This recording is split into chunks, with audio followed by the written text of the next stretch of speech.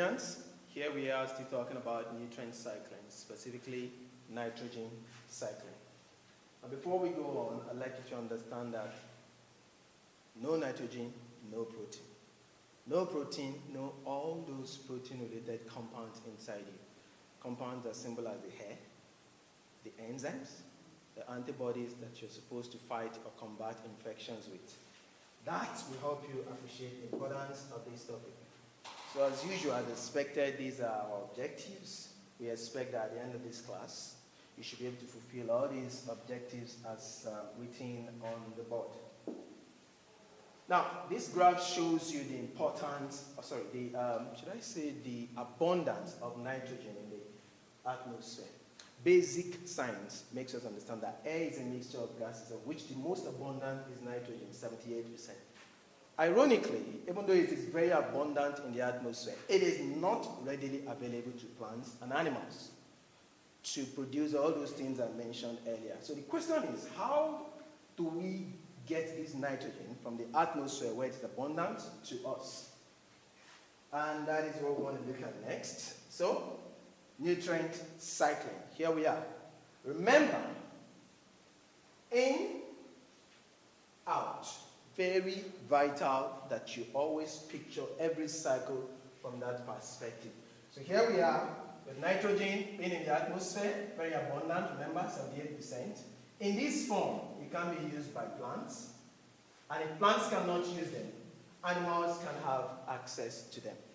So, how do we get this nitrogen into the living world? And that is what nitrogen fixation is all about.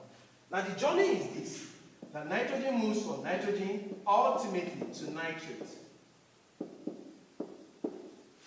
It is in this form that plants can take this nitrogen up. So how does it come from here into this? That is called nitrogen fixation. So once nitrogen is fixed, either by lightning or by microorganisms, they get into the soil in form of nitrates ultimately. The nitrates get taken up by plants.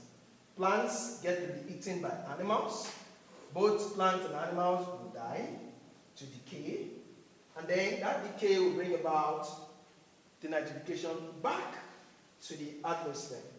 Now you would see therefore that I've identified two key things, soil and atmosphere.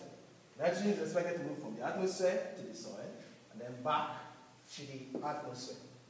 Now, as we told you earlier, these are the various means through which nitrogen is added to the living world. Nitrogen fixation.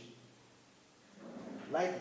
Lightning combines nitrogen and oxygen to form nitrites, which is ultimately taken back to. So, with nitrogen fixation, we're looking at the case where nitrogen combines with hydrogen to give us ammonia compounds. Then this ammonia compound will have to be ultimately converted to nitrates. Let me say this. This can be taken up by plants, but not very readily. So we want it to get to this stage where it can be readily taken up by plants. So it is not final that once nitrogen comes into the living world, it stays forever. There are processes, corresponding ones to that, return them to the atmosphere. So you could say these and these, they're happening almost antagonistically. Now, one of the things that help us bring atmospheric nitrogen to our world are microorganisms found in these structures called nodules.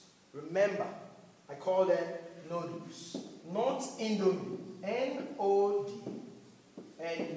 Now, students are fond of giving me the other one, N-O-O. We don't want that. Nodules are swellings that you find at the root section of leguminous plants. They're like small, minute houses, housing these microorganisms that have the ability to bring nitrogen from the atmosphere into our world. So, only legumes have the ability to do this. It follows, therefore, that legumes can survive in soils without nitrogen because they have their own pack that can manufacture nitrates from the atmosphere. And this is why legumes play a very good role in crop rotation, vis-a-vis making the soil better in terms of nutrients. Now here we have lightning, what does it do? Lightning is a very powerful process. What it does basically is to combine nitrogen with oxygen to give us nitrates. And then that nitrates gets into the soil to be taken out by plants, and then the process continues. So lightning is not always altogether bad. Now, even though we have said that lightning and microorganisms play a great role in fixing nitrogen, it is worthy of note that nitrogen cycle thrives or works on the fact that microorganisms play a great role. Hence the identification that I've given to it specially. Now, for IGCSE, you may not need the details of those specific microorganisms. But for WAEC, you would need them. And that is why we have taken our time to spell out some of these microorganisms that play a role in nitrogen fixation and the nitrification in your note. So I want to believe you take good care, you take good look of those areas in your note, and then feel free to let us have your questions. Thank you.